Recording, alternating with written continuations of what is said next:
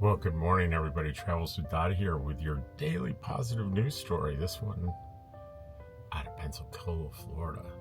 According to a recent report from CBS News, a longtime restaurant chef there in Pensacola helped save the life of one of his most loyal customers, simply by caring enough to notice when something seemed wrong.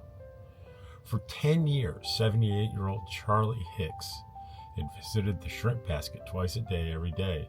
He always ordered the same thing, a cup of gumbo, light on rice, without a cracker.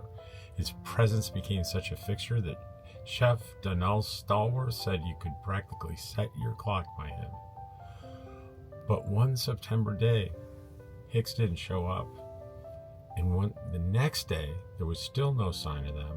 Stallworth, sensing something was seriously wrong, left work in the middle of the shift and went to check on him. He knew where he lived. At his apartment, Stallworth heard a faint cry for help after he knocked on the door several times. He found the longtime regular on the floor, severely dehydrated with broken ribs.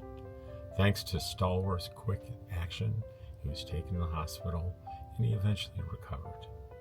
But the story doesn't end there. The shrimp basket staff continued to look out for Hicks, even bringing his favorite gumbo to him in the hospital and helping him move into a new apartment right next door so they could keep a good eye on him. Months later, Hicks walked back into the shrimp basket, sat at his usual table, and once again enjoyed his favorite meal.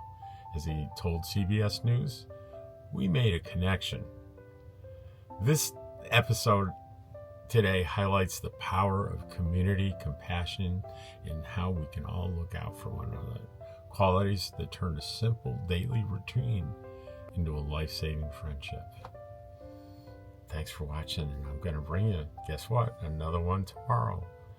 Believe it or not, I've been doing this coming up on 2 years, every single day for 2 years.